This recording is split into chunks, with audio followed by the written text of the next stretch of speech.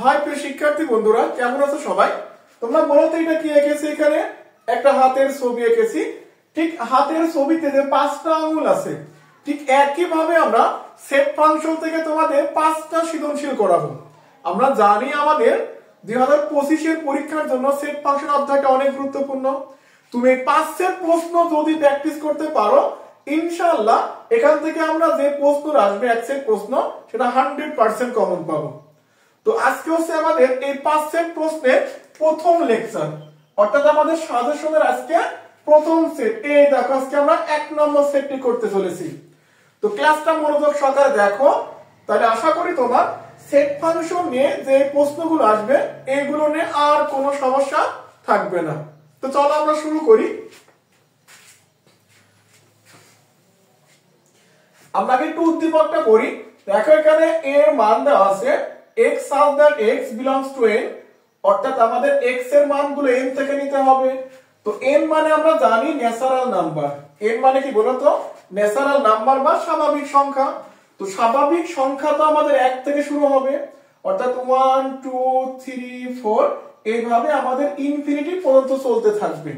তাহলে আমরা বুঝতে পারলাম আমাদের x এর মানটা স্বাভাবিক সংখ্যার থেকে নিতে হবে। তো এখন বলতেছে তুমি এইটা সমাধান করে x² - 5x + 6 = 0 এখান থেকে সমাধান করে সে স্বাভাবিক সংখ্যার মানটা বের করতে হবে। স্বাভাবিক সংখ্যা তো অসংখ্য পরিমাণে আছে, সেখান থেকে এই ইকুয়েশনে যে স্বাভাবিক সংখ্যাটা থাকে সেটার মান তোমাকে বের করতে হবে।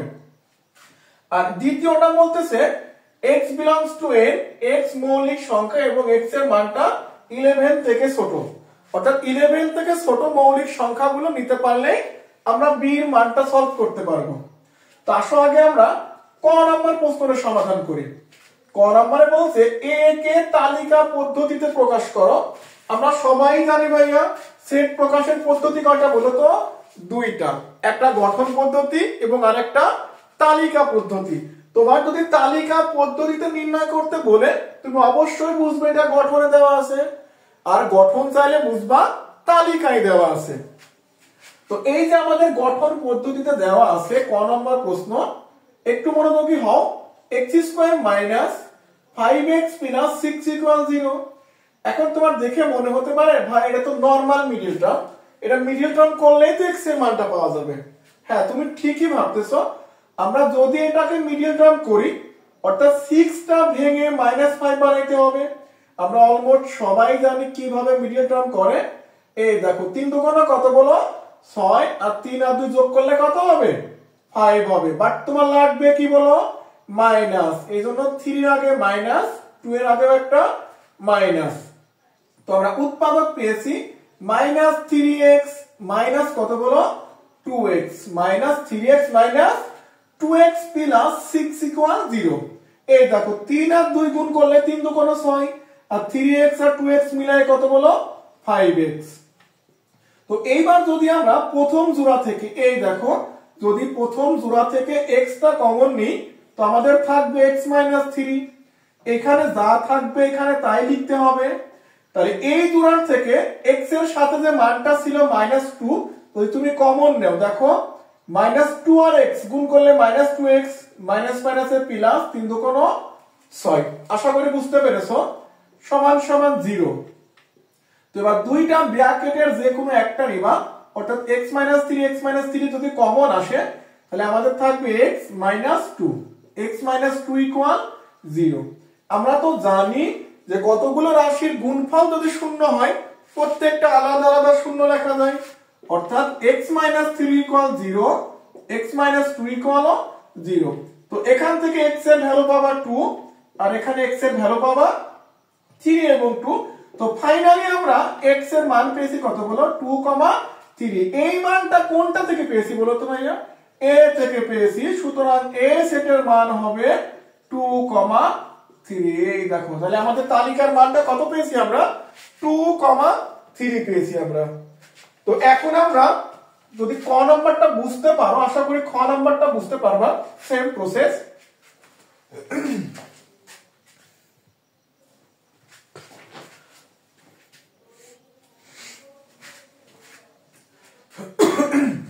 তো আশা করি আমরা ক নাম্বার প্রশ্নটা বুঝতে পারছি। এবার আসো খ নাম্বারটা শুরু করি। আমাদের খ নাম্বার প্রশ্নে বলছে দেখাও যে P of B intersection C 2 to the power n কে সমর্থন করে। এই যে 2 টু দি পাওয়ার n কে সমর্থন করে, এটা তোমাদের জন্য মোস্ট ইম্পর্টেন্ট একটা প্রশ্ন। অর্থাৎ যারা 2025 এর পরীক্ষা দিবা তোমাদের জন্য এই প্রশ্নটা খ নম্বরের প্রশ্নের টাইপের প্রশ্ন অনেক গুরুত্বপূর্ণ। তো আমাদের ফার্স্টে দেখো পি মানে পাওয়ার সেট বের করতে হবে কার, বি ইন্টারসেকশন সি। তো আগে আমরা বি এবং সি এর মানটা ইন্টারসেকশনে বের করতে হবে। তো এখন বলো বি এর মান তো আমাদের ডাইরেক্ট দেওয়া নাই, আমাদের এখান থেকে মানটা বের করে নিতে হবে। তো আমরা ফার্স্টে কি করব, বি এর মানটা বের করে নেব। এখন বলো x এর মানটা n অর্থাৎ ন্যাচারাল নাম্বার থেকে নিবা, সবই ঠিক আছে। x কি সংখ্যা হবে বলো, মৌলিক সংখ্যা হবে এবং এই মানটা আমাদের 11 থেকে ছোট হবে। আমরা জানি যে মৌলিক সংখ্যাগুলো কত বলো, 2 3 5 7 11, এগুলো কি সংখ্যা, মৌলিক সংখ্যা। 13 এরা কি সংখ্যা বলো, মৌলিক সংখ্যা। বাট আমাদের নিতে হবে কি 11 থেকে ছোট, 11 নিলেও কিন্তু হবে না। তাহলে 11 থেকে ছোট মৌলিক সংখ্যা কোনগুলো বলো, 2 3 5 এবং 7। তাহলে আমরা b এর ভ্যালু পেয়েছি 2 3 5 এবং 7, এরা সবাই কি সংখ্যা বলো, মৌলিক সংখ্যা। তো এইবার আসো, এই দেখো c এর মানটা এখানে দেওয়া আছে, অঙ্কটা একটু সহজ হয়ে গেল। 3 4 5 7 এবং 9, তুমি c এর মানটা জানো। এবার বলো b আর c তুমি ইন্টারসেকশন করতে পারবা না, ইন্টারসেকশনটা তুমি অবশ্যই করতে পারবা। তো এখন b ইন্টারসেকশন c, তো আমরা b এর ভ্যালু পেয়েছি 2 3 5 7, ইন্টারসেকশন c এর ভ্যালু পেয়েছি 3 4 5 7 এবং 9। তো ইন্টারসেকশন মানে কি একটু মনে করো তো, দুইটা সেটের মধ্যে যে কমন মানগুলো পাওয়া যায় সেটা হচ্ছে আমাদের ইন্টারসেকশন সেটের মান। তো দেখো এই বাম পাশের সেট আর ডান পাশের সেটের মধ্যে কমন ভ্যালু কি কি আছে, এখানেও 3 আছে, এখানেও 3 আমাদের অ্যানসার হবে, এখানেও 5 5 এটাও অ্যানসার হবে, এটাও 7 এটাও 7 7ও আমাদের অ্যানসার হবে। বাকি 2 এবং 9 এর কোনো মিল নাই, সো এটা আমরা অ্যানসারের মধ্যে লিখতে পারতেছি না। তাহলে আমরা b ইন্টারসেকশন c এর মান পেয়ে গিয়েছি। এবার আমরা কি বের করব, পাওয়ার সেট বের করব। এখন বলো তো পাওয়ার সেট কিভাবে বের করে, আমরা জানি যদি কোন একটা সেটের উপসেটকে দুই পাশে দুইটা সেকেন্ড ব্র্যাকেট দ্বারা ক্লোজ করি তাহলে আমরা পাওয়ার সেট পেয়ে যাই। তো ফার্স্ট অফ অল আগে আমাদের এটা উপসেট বের করতে হবে। তো উপসেট বের করার সূত্র আশা করি তোমার মনে আছে, আমাদের উপসেট বের করার সূত্র ছিল 2 টু দি পাওয়ার n। উপসেটের সূত্র কি বলো, 2 to the power n। n মানে এখানে সদস্য সংখ্যা 1 2 3, এখানে 3টা আছে, তাহলে 2 টু দি পাওয়ার 3 অর্থাৎ কত বলো 8। তাহলে এই সেটের আমরা 8টা উপসেট বের করতে হবে। তো আমরা একবারে পাওয়ার সেটের কাজটাও করে দিই। তাহলে p of b intersection c, এ ভালো করে বুঝো, এই p এর জন্য এক্সট্রা সেকেন্ড ব্র্যাকেট, এই পাওয়ারের জন্য একটা সেকেন্ড ব্র্যাকেট দিয়ে নিলাম। এবার এটার উপসেট বের করতে হবে। তো প্রথমে সিঙ্গেল মান নিতে হয়, তো প্রথমে 3 নিবা, এরপরে 5, দেন আমাদের 7। তো first of all single part গুলো নেওয়া শেষ, এবার আমরা জোড়ায় জোড়ায় নেব, অর্থাৎ 3 এর সাথে 5 নিবা, 3 এর সাথে 7 নিবা। তো আমরা লিখতে পারি 3 5, এরপরে হবে 3, 7। এরপরে দেখো 3 এর সাথে 5 নিয়েছো, 3 এর সাথে 7 নিয়েছো, আবার এবার 5 এর সাথে 7 নেওয়া যায়। তাহলে আমরা 5, 7 একটু গুণে দেখি তো কয়টা হয়েছে, 1 2 3 4 5 6, বাট তোমার লাগবে কয়টা, 7টা লাগবে।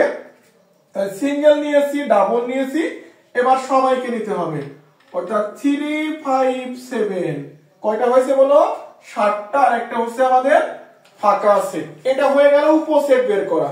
যেহেতু আমরা পাওয়ার লিখেছি তো প্রথমে সেকেন্ড ব্র্যাকেট, শেষেও একটি সেকেন্ড ব্র্যাকেট, এইটা বুঝছো নাকি তাই বলো। তাহলে আমরা এখানে পাওয়ার সেটের মানটা দেখিয়ে দিয়েছি কত বলো, 8টা বের করা হয়ে গেছে। বাট তোমার বের করতে বলছিল কি বলো, 2 টু দি পাওয়ার n কে সমর্থন করে এটা তোমার দেখাইতে হবে। তো খুবই সহজ, আমরা এখান থেকে বলতে পারি যে P of B intersection C এর উপাদান সংখ্যা, P of B intersection C এর উপাদান সংখ্যা কয়টা একটু বলো তো। এই দেখো 1 2 3 4 5 6 7 এবং 8, তাহলে কত বলো তো এটা 8। তাহলে আমরা 8 কে লিখতে পারি না 2 টু দি পাওয়ার 3, আমরা 8 কে কত লিখতে পারি বলো 2 টু দি পাওয়ার 3। এখন 2 টা তুমি রাখলা, এখানে n মানে কি বলো তো, n হচ্ছে আমাদের সদস্য সংখ্যা। এই যে ভুলে গেছো নাকি, n টা কি বলো সদস্য সংখ্যা, যার মান ছিল কত 3, তাহলে 3 এর পরিবর্তে n লিখতে পারি। এই দেখো এখানে n লিখে দিলাম, এইটা হচ্ছে আমাদের প্রমাণিত। তাহলে আশা করি বুঝতে পারছো P of B intersection C কি বলো 2 টু দি পাওয়ার n কে সমর্থন করে। আমি আবারও রিপিট করতেছি, এই ধরনের প্রশ্নগুলো তোমাদের পরীক্ষার জন্য মোস্ট ইম্পর্টেন্ট। তো আশা করি আমরা বুঝতে পারছি। আমরা ফার্স্ট অফ অল এখান থেকে ইন্টারসেকশনে মান বের করে নিয়েছি, এরপর পাওয়ার সেট বের করে এটা প্রুফ করে দিয়েছি। তো মনে হয় আমাদের এই ধরনের প্রশ্ন আসলে পরীক্ষায় পারবো। তো এখন আসলে আমরা গ নাম্বার প্রশ্নটা শুরু করি। এখানে গ নাম্বার প্রশ্নটাও কিন্তু হেভি ইম্পর্টেন্ট। আমরা আগে বলছি আমরা 5 সেট সৃজনশীল দেব সর্বোচ্চ গুরুত্বপূর্ণ, সেই গুরুত্বপূর্ণ গুলোর ভিতরে এখানে গ নম্বরটা অনেক গুরুত্বপূর্ণ একটি প্রশ্ন। যেটা আমরা মুছে দিয়ে গ নম্বরটা শুরু করি।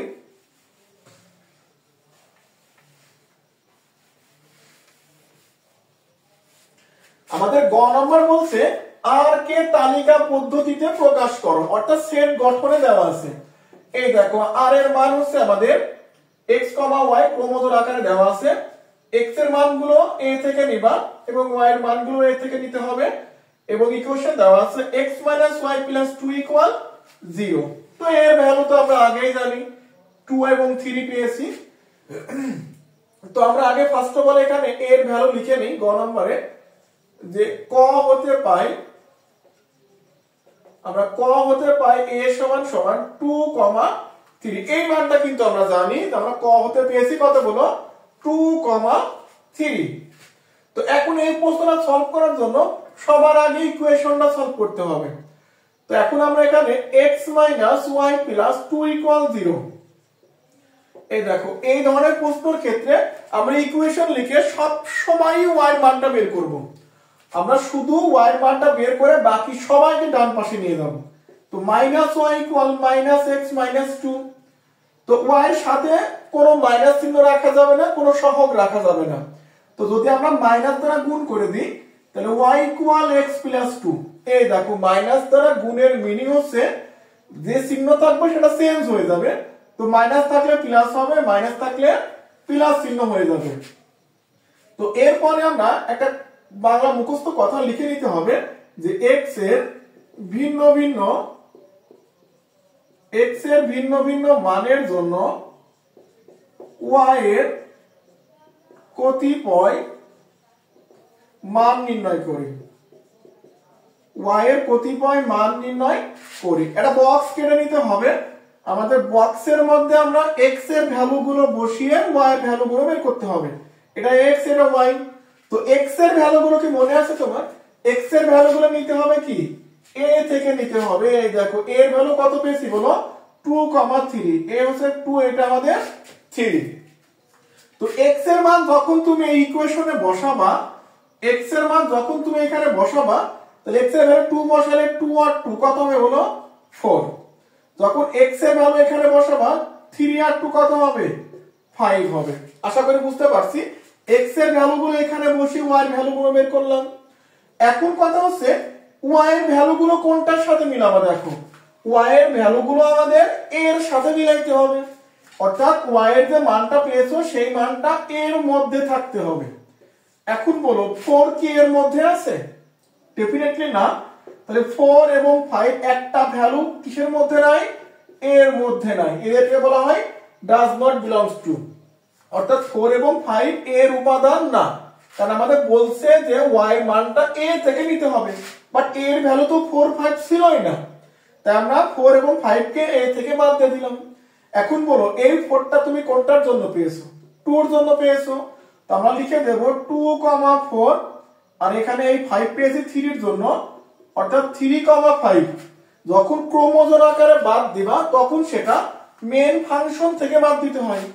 তাহলে 2,4 আর 3,5 ডাজ নট বিলংস টু কত হলো আর, অর্থাৎ এটা আমাদের মেন ফাংশন থেকে বাদ যাবে।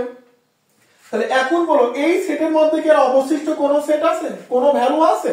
না, এই বক্সের মধ্যে আর কোনো ভ্যালু নাই। অর্থাৎ তাহলে আমাদের আর সেটকে যদি তালিকায় প্রকাশ করি আমাদের সেটটা কি হয় বলো, একটা ফাঁকা সেট হবে। অর্থাৎ আর কে যদি আমরা তালিকায় প্রকাশ করি তাহলে একটা ফাঁকা সেট হবে। আমরা লিখতে পারি আর সমান সমান এই দেখো একটি ফাঁকা সেট। অর্থাৎ যে সেটের কোনো উপাদান থাকে না সেটাকে আমরা ফাঁকা বা এমটি সেট বলি। তো এটা ছিল আমাদের আজকের অর্থাৎ সাজেশনের প্রথম লেকচার। আমরা পরবর্তী আরো 4টা সৃজনশীল আপলোড দেব। তো যদি তোমাদের এই সেটে কোথাও বুঝতে কোনো সমস্যা হয় অবশ্যই কমেন্টে জানাবা।